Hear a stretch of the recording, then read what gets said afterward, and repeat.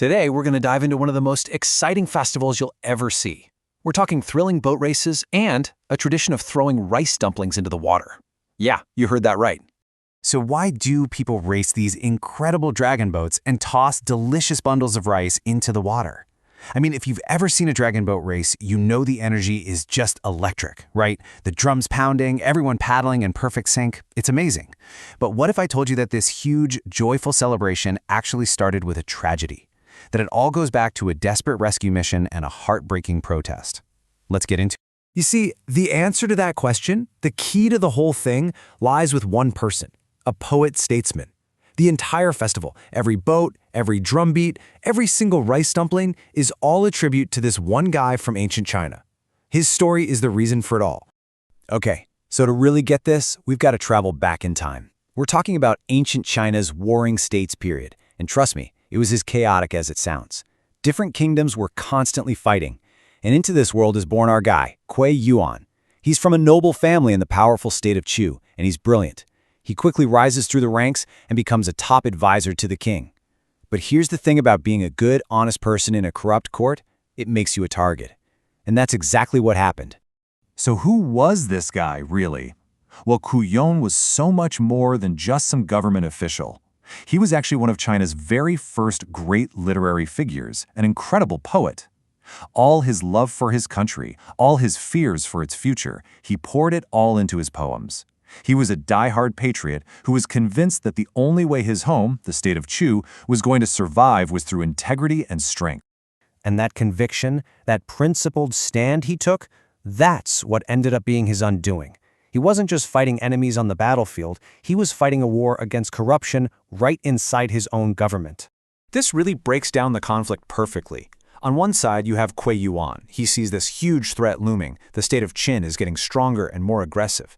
His advice is simple. We need to be strong, we need to make alliances, we need to stand up to them. But on the other side, you've got the rest of the court. They're corrupt, they're jealous, and they'd rather just suck up to Qin to line their own pockets. For them, Qu Yuan's integrity wasn't just annoying, it was a direct threat to their whole operation. So what do? They can't beat his arguments, so they attack him personally. They start spreading rumors, just poisoning the king's mind against him with lies. And it works. Qu Yuan, the guy who loved his country more than anything, gets banished. Just like that. Kicked out of the court, exiled from his home, forced to wander the land he was trying so desperately to save. And it's during this time, in exile, that he writes some of his most famous poetry. It's just filled with this deep sadness. Take this line, for example. All the world is muddy, and I alone am clear. Everyone is drunk, and I alone am sober. Wow. I mean, you could just feel his isolation, can't you? He's looking around and seeing a world that's lost its way, and he feels like he's the only one who can see it clearly. So for years, Qu Yuan is forced to just watch from the sidelines as everything he warned about comes true. His beloved country is weakening, crumbling under the weight of corruption and outside threats. And this all builds to the tragic climax of his story, his ultimate, heartbreaking protest. The year is 278 BCE, and the worst possible news arrives. The Qin army has smashed through the defenses. They've captured the capital. The state of Chu, his home, has fallen. When Qu Yuan hears this, he's just completely shattered. All his work, all his warnings, it was all for nothing. In his grief, seeing no hope left, he makes a final, terrible choice. He picks up a huge stone, walks to the bank of the Milo River, and wades in. It was his last act of protest, a final statement of his loyalty to a country he could no longer save. But believe it or not, his story doesn't end there. In fact, this is where the legend really begins. You see, the local villagers loved Qu Yuan. They respected him for his integrity. And when they heard what he'd done, they were devastated.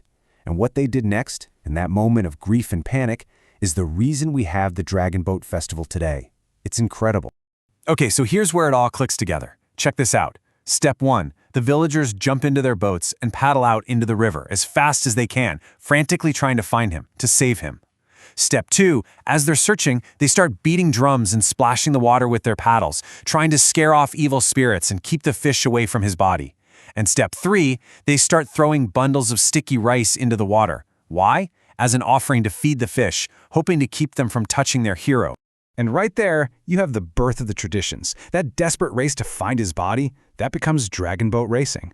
The beating of the drums to scare away spirits, That becomes the rhythmic drumming you hear on the boats. And those parcels of rice they threw in the water, that's where we get zongzi, the sticky rice dumplings that are eaten during the festival. A tragedy was transformed literally into a worldwide celebration. So, when you boil it all down, what's the big idea here? The story of Qu Yuan is so much more than just an old legend. It's this incredible testament to standing up for what's right, even when you're all alone. It's about deep, unwavering love for your home. And maybe most importantly, it shows you the amazing power of people coming together to remember someone, and how that memory can shape a culture for thousands of years. And it really makes you think, doesn't it? What about our own traditions? The holidays we celebrate, the rituals we follow, what stories are buried inside them? What heroes are we honoring, maybe without even realizing it? It's a pretty cool thing to think about.